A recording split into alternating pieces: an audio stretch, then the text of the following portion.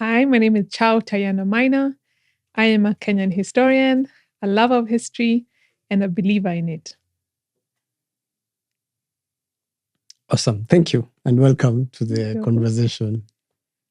Well, in our previous chats, you've described history as a verb and as personal. Can you elaborate on that? I think it's more of an evolution, yeah. When we were in school, we learned of history as a subject, something you memorize, something you recite, and then you leave. Through my practice as a historian, through engaging with different aspects of history, I've come to see that history is something that you do, in the sense that it is an active pursuit in finding it, in engaging with it, in relating with it, but also in sharing it, And all these are actions that call us to do more than internalize and sit with it. Like, what do we do when we know? Where does it go when we find information out? Who do we share it with? And I think that's a beautiful act of being a historian. I think it's a little bit like being a translator. People translate things differently. People understand things differently. And when we engage with history at a personal level, we bring our own interpretations, our own environment, our own backgrounds to the understanding of the past. And we articulate that in ways that other people in our environments who share the same setting, who share the same context, can understand it as well. Okay. A very big section of society, and I am in this context, Kenyan society, and even our government, like our successive governments from independence up to now, they hold this unofficial view or policy that there's no value to history, especially to the present or the future, that it's in the past. And we should leave whatever happened in the past in the past. If you are having a conversation with someone who has such a belief, what would you like to tell them? That's a good question. But I think it's also the opposite. I think that politicians, people in power, have always understood the value of history. Officially, what they say from what they believe may be different. And I say this because fundamentally, we have seen history and culture wielded several times, like politically, right? Whether it's in relation to galvanizing people of a particular ethnic group around culture, whether it's in relation to pinpointing specific events in history that make one politician look good over another. We've seen history used as a currency. And I think that shows us that for this currency to exist, they see the value in it. I think that this is my conspiracy theory that history is devalued intentionally. Yeah. It is not that they don't understand the power of history. If anything, they understand it all too well, enough to devalue it enough that it is not accessible to the masses, quote unquote, in ways that make us question the status quo, in ways that make us seek accountability, in ways that make us heal, in ways that bring us together. So the value of history for me is not the question. I don't even think that there's people, especially people in power, who don't think history is important. They know history is important, but they devalue it and use it They know history is important, but they devalue it and use it they wield it as a weapon when they need to. And when they don't need to, they shelve it. So it's important for them to use it, but it's not important for us to know it and use it in the same way. And I think that's where the disjunction comes in. Yeah, exactly. And I agree with you 100%. So as a build-up and to create some clarity on the initial question is, if you are having the conversation with a citizen who believes that, like who has bought into the devaluation, what would you tell them? Yeah, it's interesting because I think it's convincing someone that history is important always starts at a personal level. Mm. I've never found that telling someone about the world wars or the unification of X country or continent is more of a convincing argument than starting with the personal. Where do they come from? Who have they come from? What do they understand about the people who came before them? Immediate family, um, grandparents, parents, but also what they find interesting. I think we are all moving in this space where we know that we do not just appear here, right? Yeah. We come from different lineages, we come from different groups, but we are not taught that that is history. I think it's also a question of like, what is history, right? Because you can say, I can come and tell you history is important, but what is it to you? Is it like what you see in the newspapers, or is it the conversations you have at home? And I think people have different forms of value.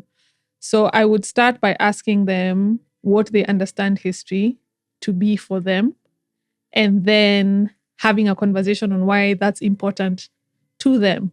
And then perhaps from there we can extrapolate and be like, you see, this what's important to you also has like effects and ramifications at different levels. Yeah, Yeah. absolutely. The more I think about it, and I interact with history now, and when I look back when we were learning history in school, I mean, in high school, I loved history very much, but I loved repeating the facts, and saying so and so, the assassination of so and so led to the Archduke Second Franz World. Ferdinand. I knew you were going to say that. The scramble for and partition of Africa. Yeah. A very sexy term for one of the most catastrophic events in history. Yeah. But now when I think about it, I think of history as a co-creation, actually. And I feel like that's why some sections are hidden. Because when you look back, it veers off the linear way that it was taught. And then you get into, oh, so this was the story, but also there was a flip side to this story. And one of the things I can remember is someone telling me her grandparents, the grandfather was Mau Mau, the mother's family were home guards, and they killed both sides of the family, and now they're trying to do some healing. So I can't imagine what history is to that family, for instance. Yeah, but to move on to the next one is we can get a sense on the value of history by seeing or witnessing what people become or what people translate it into after they experience it. And your work is mostly, a big part of your work has been reconstructing key historical moments, some of it purposefully hidden, and then you bring it out to the public, either as an installation or as an exhibition or as a viewing if it's video. And then afterwards, you have a conversation with the people on what they just experienced. Which, do you have any feedback or reflections from those moments that stand out to you? Yeah. I think the beauty of it really, and what you've said, is that history is about, the value of it is also tied to your capacity to interpret it according to your circumstances, right? Yeah. Because interpretation becomes then a way in which you can ask questions. And I think that's one of the biggest things that we are robbed of in the way in which we are taught history, particularly in this country, that we are robbed of the capacity to interpret it. We are told history, we are taught history, but we are never given the opportunity to interpret it, because when you interpret something, then you ask questions, maybe you spot gaps. And it's a fascinating exercise because there is no history that is ever complete. History is you build blocks, you bring different perspectives, you see different nuances. And I don't think that should be a preserve of like an elite class of academic thinking. It's a skill you develop over time, and I'm not devaluing it, but I think the capacity to interpret is what brings the magic of it and the beauty of it into people's minds, into people's lives, you know. When I was doing my project on the railway and I went around the country 10 or so years, more than 10 years ago, oh my goodness, taking photographs of railway stations, the thing that shocked me the most was that people were relating the experiences of the railway to specific stations or to specific moments in time, you know. But when we learned about the railway, it was more about the man-eaters of Savo and Europeans conquering the African wild through technology and infrastructure. But for 80 plus years, Kenyans had been using this railway, had been experiencing love, joy, death, pain, fear. And the history books as we knew them did not capture that, you know. And so for me, the feedback from that was that this is the town I grew up in. I just want a photograph of this station so that I can have a memory of it, you know. Or I remember when we were going to school, we would hear the train and we would wait for it to pass.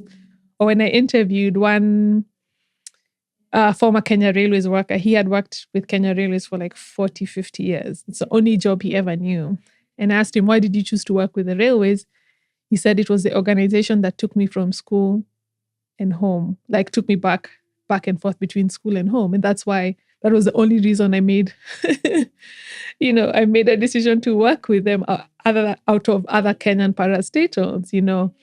So the feedback that I've gotten from my work, from doing visual reconstructions, has been that people see themselves in a way perhaps that they hadn't related their history to their memory or their personal experiences. But two, one of the reasons that I think visual representation, especially through photographs, reconstructions, is very important, is because we've also been exposed to very little imagery of our history. And when we have seen it, it has been controlled in a particular way, right? So you have that one photo of Dedan Kimathi lying on the stretcher. Why is this the most common photo of him? There were others. You have perhaps a few photos from the independence celebration. What else was happening in different parts of the country, in the crowd, you know, in bus stations? I think the capacity to visualize history is a little bit like world building. You know how gamers like build different worlds? I think history is also a little bit like world building, where whatever image, whatever material you encounter, you keep expanding how you see this world. Granted, there are several also problems with visual representations, especially when they are rooted in colonial collections, right? Yeah. Because they were taken in a particular lens. But I still think that it's important to not just access it, but going back to the point I made around to interpret it. So if you see a photo of a woman and it's just written Maasai woman, do we end there? We ask, what else can we see about her expression, about her countenance, about her jewelry, other than the lens of an object that is being photographed? Yeah. Yeah. So many things. There's on the documentary you shared, Operation Legacy. There's a quote by,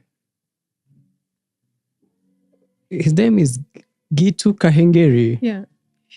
I believe he's still the Secretary General of The Mau Mau. the Mau Mau War Veterans Association. Yeah. And at the very end of the documentary, when he's reflecting on the journey, and you can feel it in his voice because it carries emotion, he says something. You can feel like he's experienced a sense of victory, and it's tied to a bit of accessing the history, like the records. And so in a way, it's a sense of restoration. And I'm going to read that, paraphrase it, I think, not verbatim, is it's like they did not want only to be known by the British government. They wanted the whole world to know about the Mau Mau War, and what one human is capable of doing to another, because it's one of the most violent moments in Kenya's history. And for me, that goes back to what you were saying: it's you create worlds by yourself, you co-create, and then the more information you get, the more you add onto whatever you're building. This actually leads us nicely to the next question. You're working on a documentary that you're about to release soon, and it's titled "The Right to History." Can you elaborate a little bit more on the title? Well, yes. Right to History is a documentary that I am working on and is set to be released very soon. The title comes about from like 15 years of working in this space in different capacities. As a curator, as a writer, as a person who's just trying to figure things out and share them, as someone who's tried to start organizations and projects around history. It is a question,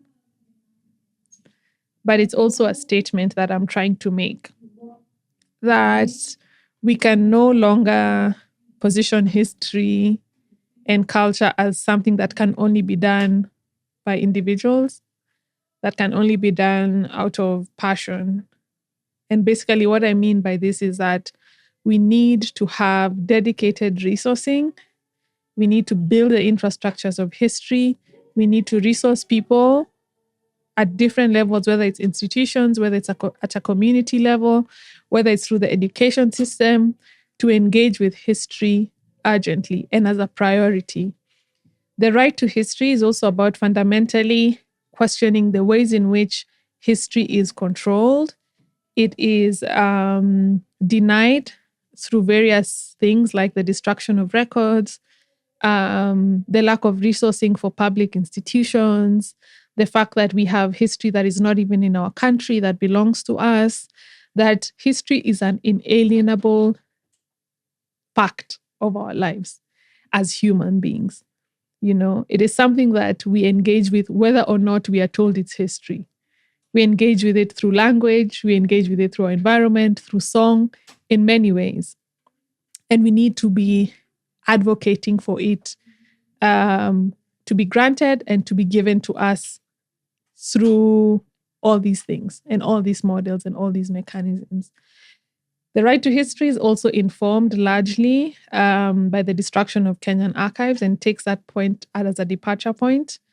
As Kenya was heading towards independence in 1963, the British colonial government destroyed thousands of records related to what they had done, particularly during the state of emergency. So these records were burnt, some of them were dumped at sea, and the few that remained were secretly and illegally taken to the UK, where they were held for almost 60 years.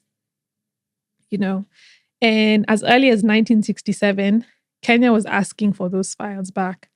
But the UK Foreign Office basically said, we have no idea what you're talking about. Those files do not exist. And so for 60 years, Kenyans were denied the right to their history. They were denied the right to access what was in these documents. And so they only came back in 2024, but in a digital format. So Yeah, you describe that act of destruction, transfer. The British actually call it migration. no, this is not. Listen, Migration of documents. Yeah. You describe that transfer, destruction. What was the other thing? They hid them of the files as a profound act of historical violence. Why did you choose those specific words? I think because it's exactly that, it's for me it's profound because this is a very potent and like this moment of a country coming into its fall, right? Into its formation as an independent state. And that as early as that, access to history was being curtailed, it was being controlled. And so I like to use this visual that the British essentially were handing over, quote unquote, independence on one hand and taking memory and history on the other, like withholding something on the other. So it's a very duplicitous exchange. And I think this moment in time where something is supposedly moving forward, but something else is being held back, is something that Kenyans should understand. Also, in relation to what happens next, which is Kenyatta saying we should forgive and forget. So this is a moment of like incredible pain, incredible hope, the promise of freedom, the illusion of it, but the undercurrent and under the surface are all these mechanisms of like secrecy and control that are being put in place. So essentially, like you're being told, run free, but the chains are just being tightened, you know? And so you run as far as you can, only to realize that actually, I can't run much further than this because something is stopping me. And I think that moment in time of all these things happening at the same time, for me, is what I describe as a profound act of historical violence. I find the choice of the words actually quite apt and poetic because when I was watching the Operation Legacy documentary that you shared, they mentioned that the documents were hidden at a place called Hanslope Park. Yeah. And this is a compound that is shared by the Foreign and Commonwealth Office, MI6, and MI5. And these are security. The last two are security agencies, and it's the compound where the British government focused on safeguarding government communications. Mm-hmm. So it's an act of the military side, if I'd call it that, of the British government, and it's a strategic act as well. But that documentary, Operation Legacy, has a lot of fascinating things. But one of the things I learned was that when the court forced the FCO to surrender the documents, they included a file that illustrated the filing system of the documents in that building. And they inadvertently showed that they contained files too belonging to 37 other former colonies. Yep. And let me read this actually. I found it quite fascinating. So there were like 20,000 files sent to the UK from Kenya. That's what they found out. And the process had been going on from the 1940s to 70s.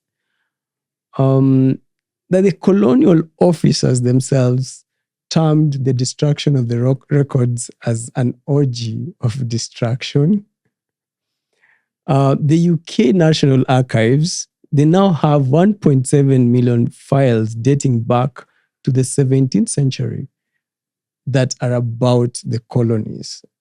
But the most interesting thing, you mentioned it earlier, is when they brought back these records last year, they brought them in digital formats. But also this year, they gave us technology to enable the Kenyan government to access the records. So first of all, the records they gave us last year were inaccessible by the Kenyan government. They are about Kenya. And we had to wait for them to give us the technology to access the records. I mean, what does it say of a people if you don't have access to your heritage or history and control over it?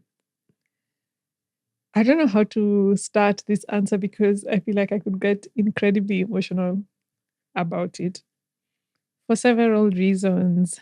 When I say that history is a right, for me, it's also the fact that agents of violence, empire, colonial governments, administrators, the the agents of empire and all these things understood the power of memory, understood the value it has enough to want to destroy it, hide it, erase it, etc. They understood the value. The fact that we think that kind of restoring or dealing with that harm can just happen on its own. Like somehow, all these things that have happened, all this effort that went into hiding, concealing, all the infrastructure, all the time that British diplomats took to redact these records, that we can just sit here and feel like it's just, these children don't know their history. They don't speak their language. They don't. It's that we have rescinded our responsibilities to our past, especially at a state level, and relegated like history to something that just needs bare minimum. It needs bare minimum investment. It needs bare minimum infrastructure. And I think for me, that is incredibly frustrating because it means that we are then dependent on individuals to do this work. That why are individuals fighting structural, historical, century-old issues? Why is that burden being placed on individuals when we have the capacity to look at ourselves, to draw resources towards this, and to engage with it? And I think it's an urgent matter. The fact that these files were returned in digital format for me is also, it's not full return. It's not a full restitution.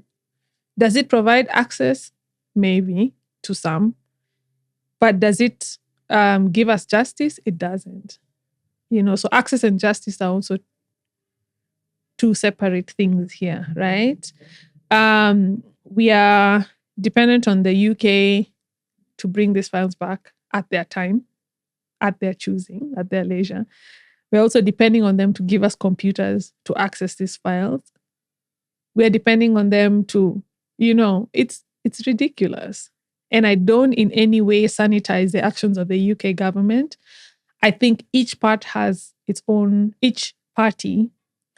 part to play. The UK government should be responsible, rightfully so, for any costs that are related towards returning these files and integrating them back into the institution.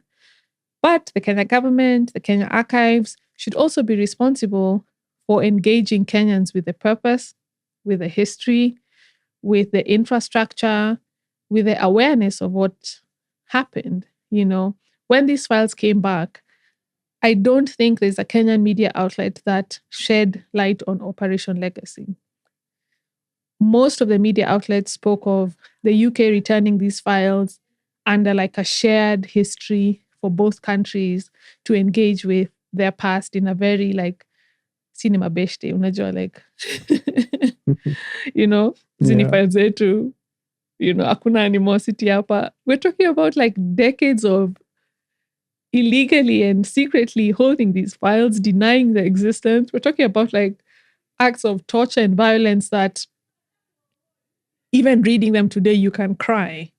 Yeah, actually, that's so that documentary speaks to the British government giving specific and detailed instructions to colonial governments on the selection, destruction. They even apparently told them, oh, if you're banning them, this is how you do it. If you're dumping them at sea, this is how you do it. So specific and detailed instructions on the selection, destruction, and transfer of the records to the UK. So, but one of the reasons they give on there, and you can see this in the lengths they go to still control access to the files, is one, they didn't want whatever is contained in those records to embarrass Her Majesty's government. And then the second one was to embarrass the armed forces. And then the third one was reveal sources of intelligence stroke information. And then the last one was they didn't want the incoming Kenyan governments to use the records in an ethical manner. But my question is, when I was watching this and I'm looking into this, is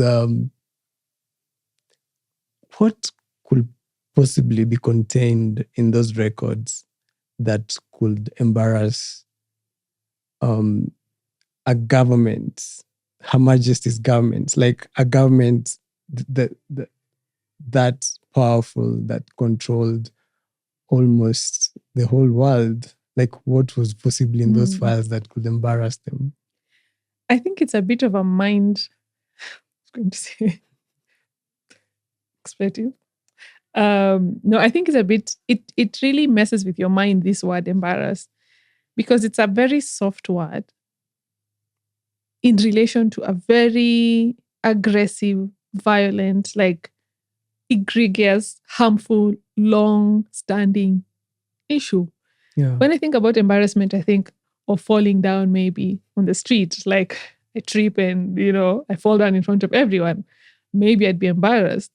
But when I think about like an entire empire, or rather the seat of an entire empire, being afraid of embarrassment, it's ridiculous even to use that word in the face of everything that has happened through the colonial encounter, right?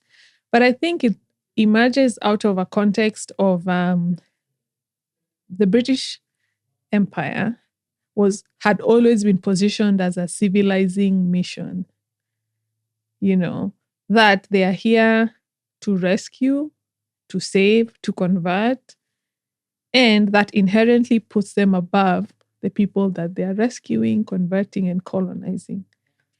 And so whatever was done in service of the colonial mission was justifiable in the eyes of like this British public and government because it was inherently a greater good.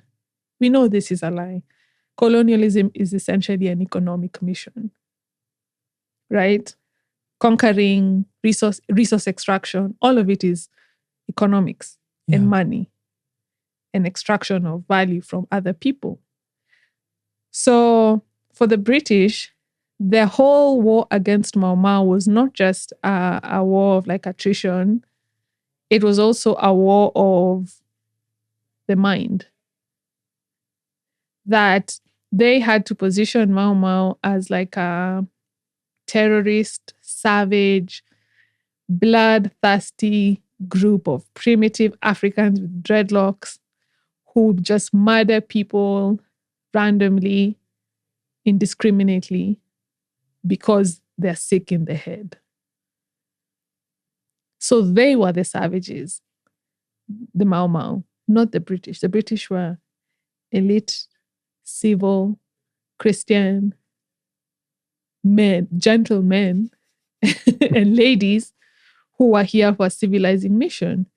And so what these records inherently show is that acts of torture, sexual abuse, physical abuse, killings, murder, rape, separation of families were being done on a scale that the Mau Mau, who were being called savages, could not have possibly been able to implement as the British had all over the country. They were using state infrastructure to execute all of these things, from detention to forced villagization to screenings, etc.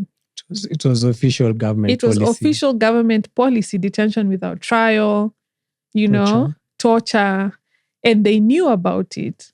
They knew that people were being tortured. They knew that people in camps were dying because of poor sanitation. Yeah. They knew that there was overcrowding in the villages. They knew that home guards and the military were raping women. They knew, but they had to pretend that they didn't. And so this act of embarrassment is essentially like, we cannot be seen to be doing the things that we are saying they are doing. We cannot be seen to be doing the things that we are fighting for in the name of bringing civilization to these people. We cannot stoop to that level, One of the things that jumped out at me that I never learned anywhere, I was surprised I actually learned it today, was there was the existence of a women-only detention camp. And again, in one of our previous conversations, you've spoken about the detention pipeline. Did you call it the pipeline? So the mention of the women-only detention camp actually was another shocking development for me to learn today. But do you want to talk a bit about the pipeline as a continuation of your previous topic? Yeah. So when the state of emergency is declared, a few things happen. Many people go into the forests in terms of during all the screenings to catch people who are suspected of being Mau Mau. A number of people flee into the forests, women and men. But what also happens is that the government begins to pathologize Mau Mau. They begin to say that it's a psychological problem, that whatever is happening they're not a legitimate freedom army, land and freedom army. They are a group of savages who are trying to destroy everything we have spent. Kenya had been a colony since 1898, or protectorate. And they're trying to destroy it. So what we need to do is to stop this curse from spreading. It's a disease. And how do we stop this curse from spreading? We quarantine, we separate. So who are the affected communities? You have the Kikuyu, the Embu, the Meru. These are the people who are highest risk factor for this disease. So they create a system of detention camps that are known as a pipeline. But what's happening also in terms of regulation is that during the emergency, detention without trial becomes legal. You don't have to go to trial to be convicted of a crime. You can be detained without any proof. Essentially, it's your word against someone else's. So anyone who is suspected of being in the Mau Mau is put into detention camps. And if you're not in a detention camp, you're in a concentration village. Yeah. So you only had two options. And if you're not, you work maybe you're in the city, but you have to have a permit. You have to have an employer, most likely who's either the government or a European settler. So the pipeline was essentially envisioned as a system of rehabilitation. So you remember that this is a mental curse. This is a disease. And you can be rehabilitated from it. If you're quarantined, if you're isolated, and you're taken through a system in which you can be cured, you can be indoctrinated, you can be de-oathed, and essentially they can rid you of this disease.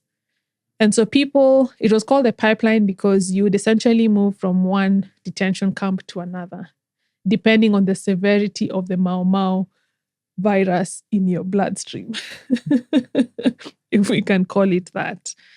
And so they also had categories, whether you are, I think, black, gray, or white, depending on, again, whether you'd taken the oath, whether you'd administered it, how knee deep you are. Yeah.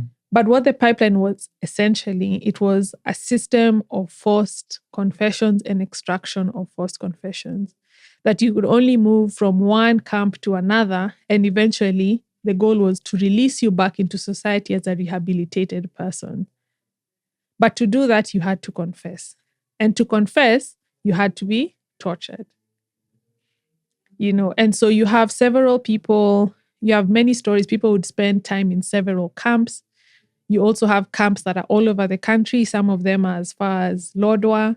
You have Manda Island in Lamu. You have Sayusi in Kisumu. So it would be the more hardcore you are, the farther you are from central Kenya. And as you confessed and were rehabilitated, you move closer and closer to home. So you have people who spent 7 years in the pipeline system. We interviewed one veteran who'd been to 10 camps. Wow. Within a course of like 6 years, But secretly, these camps were also sites of forced labor. A lot of the detainees were doing free labor for the government, construction works. You have all these irrigation schemes.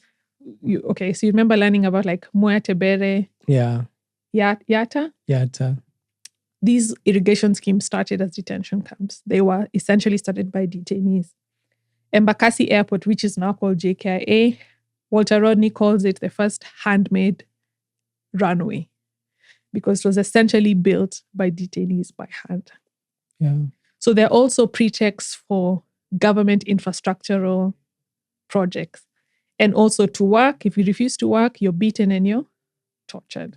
So this is the pipeline. This is the cure for what they perceive you can be cured of being in this cult. Yeah.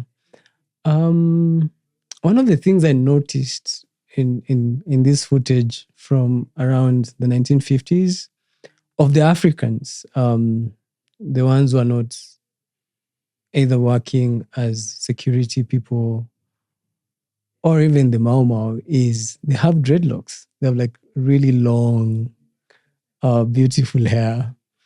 And I kept having this nagging feeling: is the fact that they had that long hair connected to the general dislike of dreadlocks in the Kenyan society today? Because the concept of neat hair. Believe it or not, I used to have very ragged hair, and it used to come with connotations of do you want to trim the hair? Do you want to look presentable? And even when you hear stories of how the police treat people with dreadlocks, you're automatically considered a criminal, quote unquote. So is there a link between that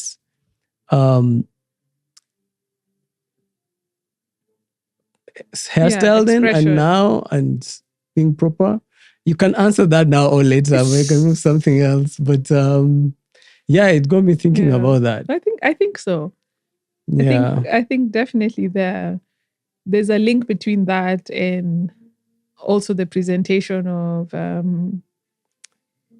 dreadlocks as being, or people with dreadlocks as being like anti-order, anti-establishment, that they're here to cause harm and havoc.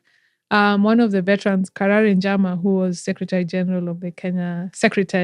of the Kenya Land and Freedom Army, he describes going into the forest, I think a year or two after emergency, and how many of the forest fighters that he met had started to leave their hair out to grow into dreadlocks as part of, he doesn't say that it was something they decided to do, but he says that it was common amongst forest fighters to decide and to make that decision to do that, So I think maybe the question for us is not what the establishment thinks. Yeah. But why, the decision that people make and why they make it for themselves.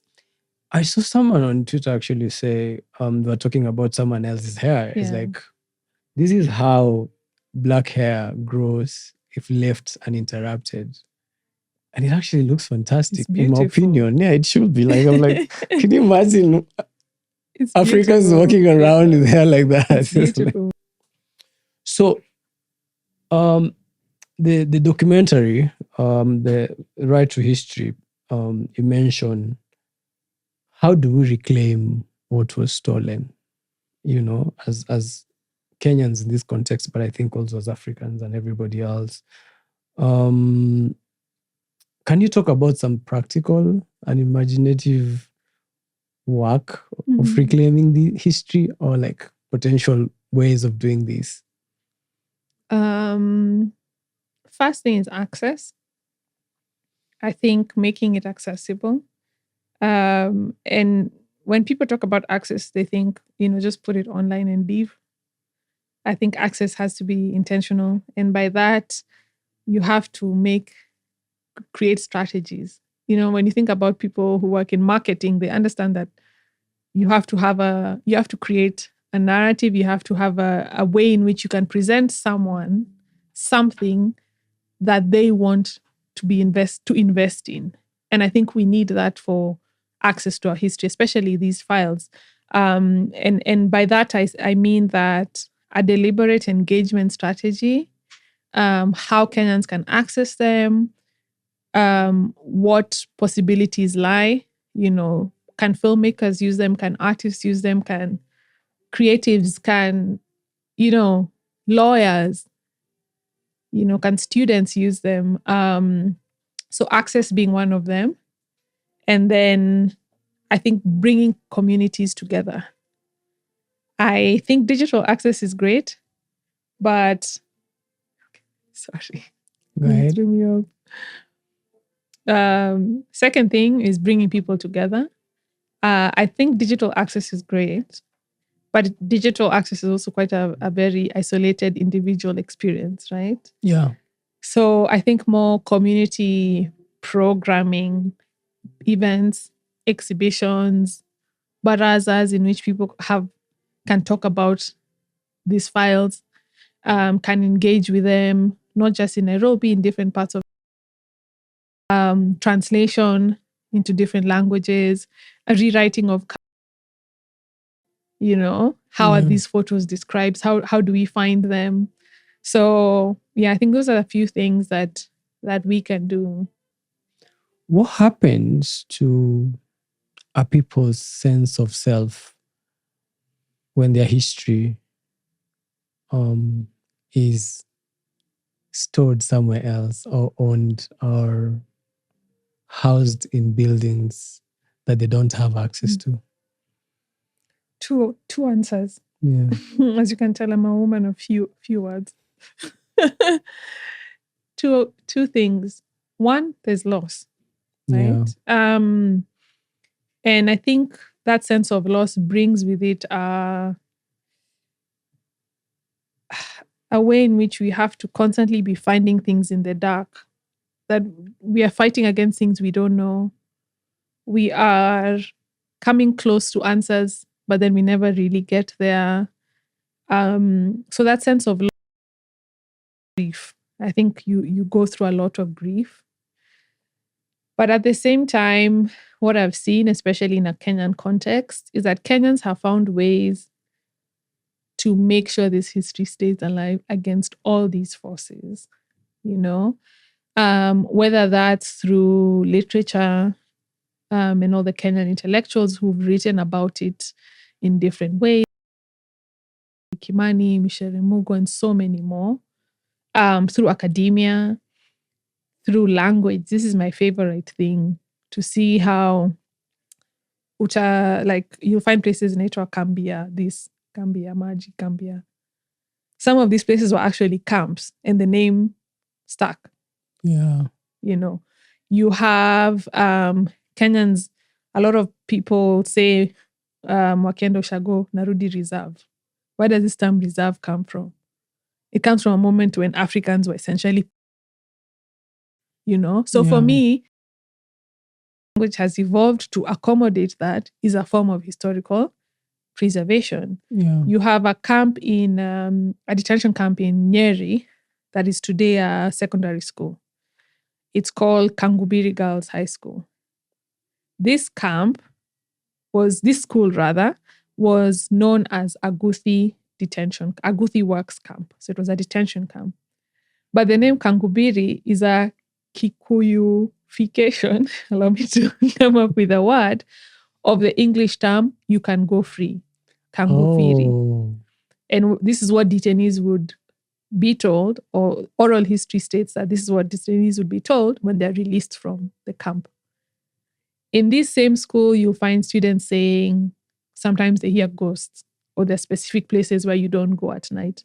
This is a form of historical preservation. yeah. You know, we have people who've kept their passbooks, people who've transmitted this history to their children, to their grandchildren. And so you ask me, like, what happens when a people's history is stolen from them? Two things, I think, loss, but also innovation and adaptation happens. And for me, that's like testament to just human resilience Yeah. in the face of, I think, very difficult and very powerful forces. Yeah. You've in the description you said, sorry. So some Kenyan, what are they called? Intellectuals. So some Kenyan intellectuals have described Kenya's relationship with the past as selective engineered amnesia. So how does engineered amnesia feel like on a collective or psychological level of a nation? How does it feel like to you, like as a Kenyan? I feel like there's something missing. Sometimes it's so someone said that men are having a difficult time with this current government because it's the first time we're having experience with being gaslit. First time it started in the Anyway, I feel like we miss something, and then we're not supposed to know this something or have access to this something. So it feels like I'm not really free, especially again in my own space. Exactly. I think you just extrapolate that to like a national level or at a collective place, right? As you said, I think it feels like being in a house, in your house. You know that this is your house, Yeah. but there are rooms that you can't access. There are spaces that no matter how far you go, you just can't move past that door. And that yet there are spaces that are, you inherently know that you want to access them.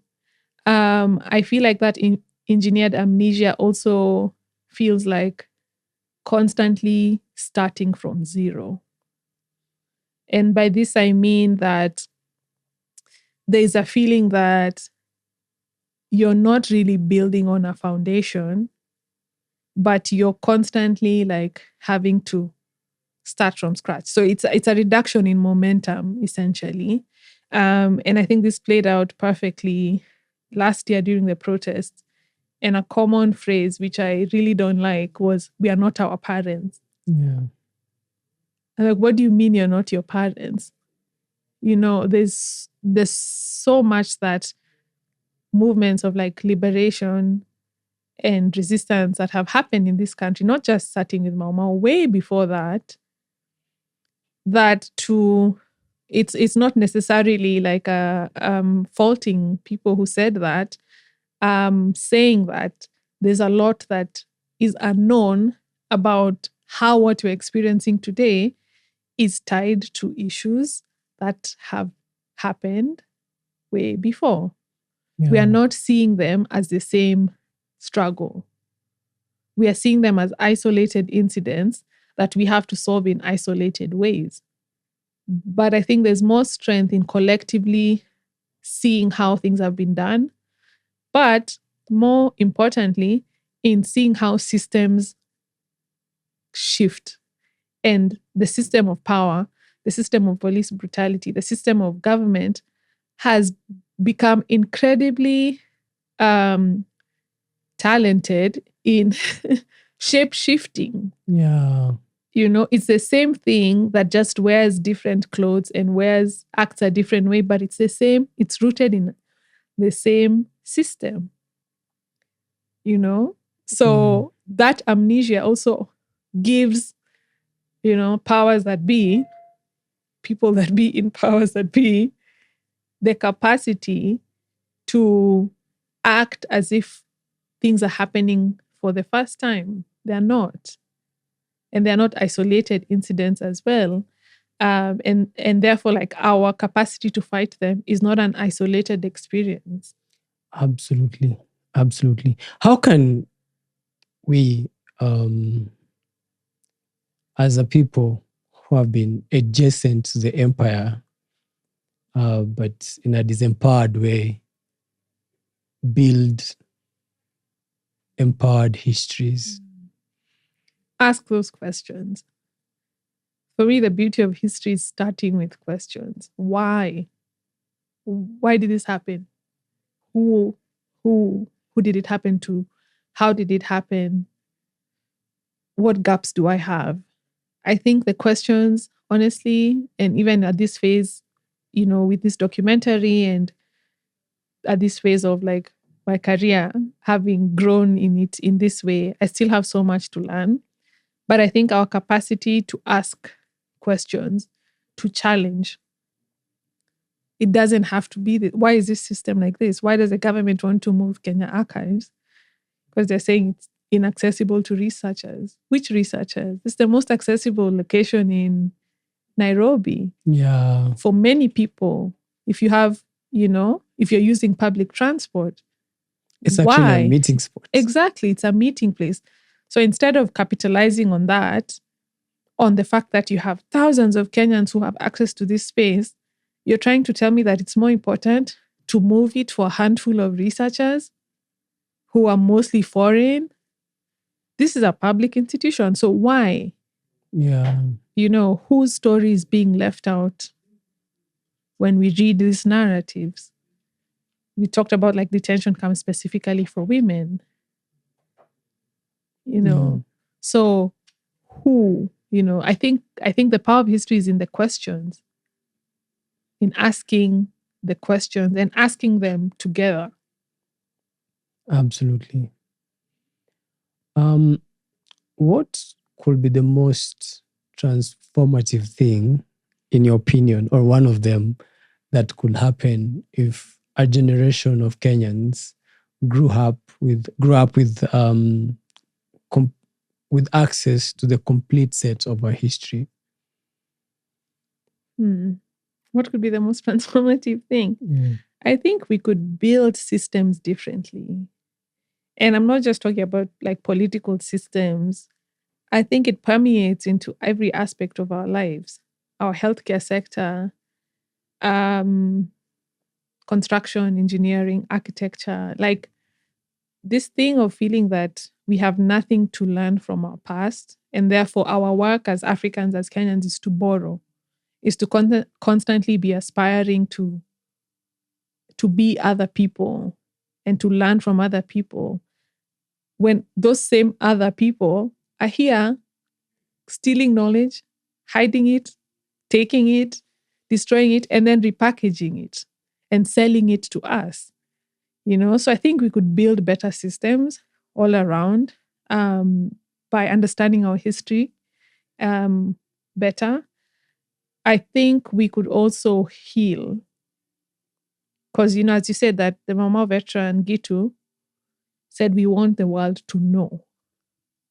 These people had been gaslit for years. They were told all these things you're saying about torture, it never happened.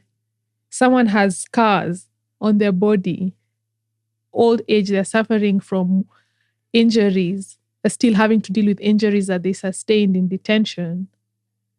And we said, they were basically told it didn't happen. So I think healing is also tied to awareness and the recognition that we are able to see people in their full humanity and that those people can be respected and given the dignity that they deserve. And that trickles down. It trickles down in families. It trickles down in your profession. so healing can happen as well. Absolutely. So the official position, at least according to that Operation Legacy documentary of the British government, Her Majesty's government, His Majesty's government right now, Did you? is that the documents, including the hidden archives, the documents on the former British colonies, belong to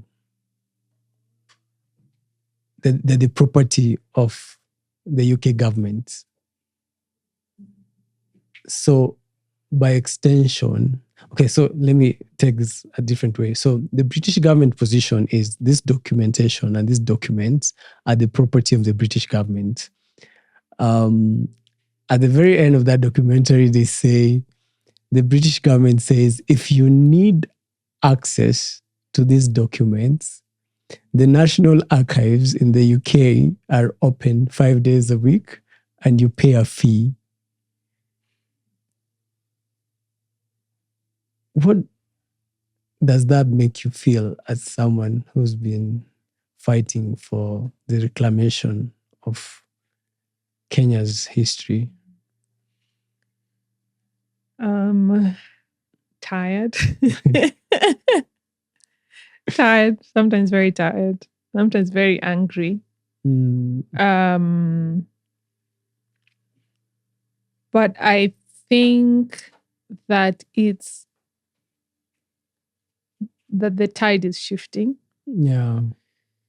And it's no longer a matter of if they decide, if they bring them back, if they won't, it's a matter of when. And that is more about the responsibility that the British government has to make sure that these files are returned digitally and physically to their respective countries. So this whole thing of can you take care of them? Like we're past that now. The veil has been lifted. There's no benevolence. There's no one here who is doing it because they care so much about another country that they want to hold their history for them. It's about power. Yeah. It's about power and it's about control of knowledge. And the excuses that have been used, we're sorry, they no longer suffice. And you're dealing with a populace, you're dealing with generations that will not take this. And my hope is that that can be reflected in our political leadership and in the governance of our institutions, to have leaders who have strong backbones to demand this. As I said, for me, it's not a matter of if, and it's not a matter of justifying it anymore. It's when. It's when. Yeah. Is there anything else you'd like to add to this conversation? Maybe just end on like a happy note. Okay. No, just to say that I think history is a really beautiful thing, and it's not just about constantly fighting forces that are bigger than us. I think it's about reconnecting with the dignity of ourselves. And so sometimes when I'm accessing these files, they're very hard to read, but I'm trying to picture them from the perspective of the people who are going through them, the people who are unnamed, the detainees that are just numbers, So my questions are about them, about their lives, about their experiences, about their hopes, about their dreams, and how I can be a vessel to try. I won't be 100% successful, but I can try and treat their story and their narrative with dignity. That's it. And I think that's a powerful way to approach it. 100% agree.